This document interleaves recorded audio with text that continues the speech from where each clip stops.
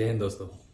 Public speaking chapter 2 में आज आपका फिर से स्वागत है। पब्लिक स्पीकिंग के लिए जैसा कि हमने चैप्टर 1 में बात करी, आपको ये डेटा जान के बेहद ही हैरानी होगी कि लगभग 75% लोग पब्लिक स्पीकिंग से डरते हैं।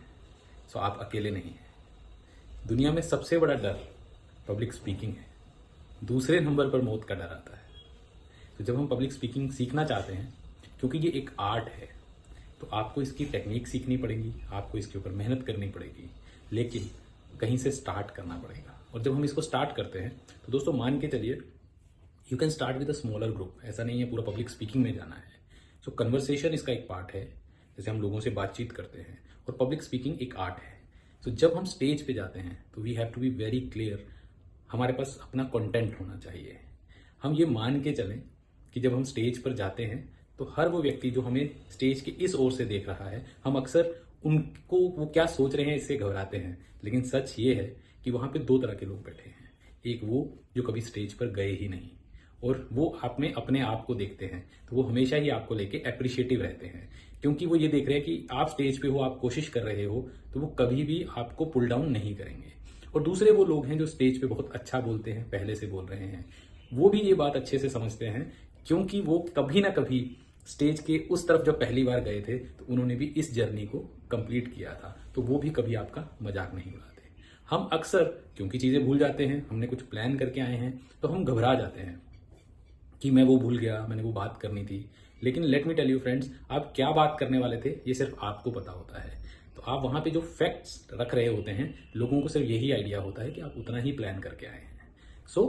मैं यहाँ पे ये बताना चाहता हूं कि आपको कभी भी इस बात पे ज्यादा तवज्जो ध्यान नहीं देना है कि आप ये भूल गए वो भूल गए। आपको स्टार्ट करना है, और जब आप पहली बार कर रहे हैं, दूसरी बार कर रहे हैं, तो बहुत बार कुछ चीजें छूट जाएंगी, रह जाएंगी। उसको मेंटल प्रेशर नहीं बनाना है। पब्लिक स्पीकिंग वैसे ही है जैसे एक स्विमिंग होती है। आप कभी भी स्विमिंग पानी से बाहर रह के नहीं सीख सकते। ऐसे ही पब्लिक स्पीकिंग आप बिना स्टेज पे जाए, बिना ग्रुप्स को हैंडल किए नहीं सीख सकते। लेकिन इस बात की गारंटी है कि आप जैसे जैसे स्टेज पर जितनी बार जाएंगे, आप इसको बेहतर करते जाएंगे, जैसे आप स्विमिंग में बेहतर करते हैं।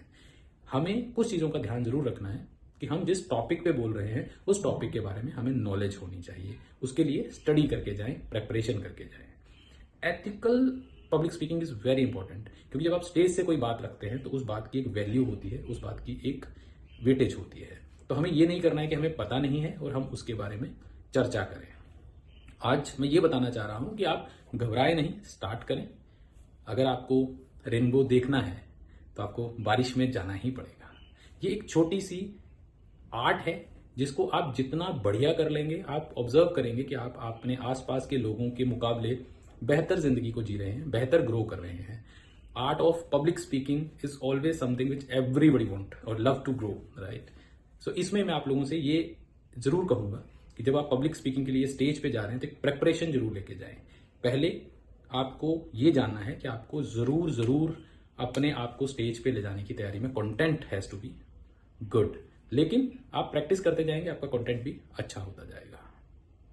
आपको कभी भी ब्रिलियंस, परफेक्शन के ऊपर प्रेशर नहीं लेना है।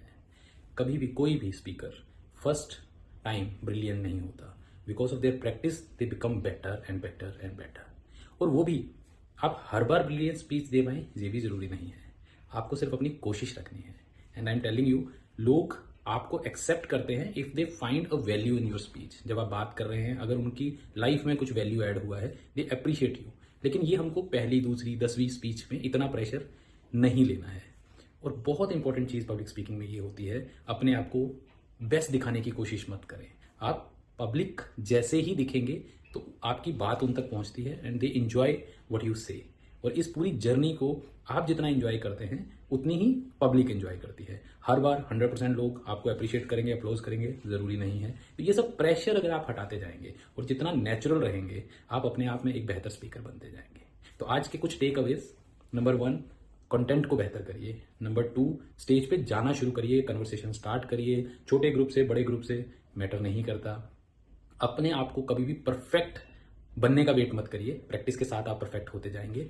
और नेचुरल रहिए, क्योंकि नेचुरल रहने से आप उन जैसे होते हो जिनको आप स्पीच दे रहे हैं, और वो आपको अप्रिशिएट भी करते हैं। शुरू में गलतियां होंगी, उसके लिए रुकना नहीं है। फिर मिलते हैं अगले चैप्टर में इसी टॉपिक पे। अभी ये बहुत लंबा टॉपिक रहने वाला है, लेकिन मैं छोटे छोटे पार्ट्स में इसको देने की कोशिश कर रहा हूं ताकि हम लोग इसको एक एक स्टेप से सीखते हुए आगे चलें। चलिए फिर मिलते हैं। जय हिंद। जय हिंद।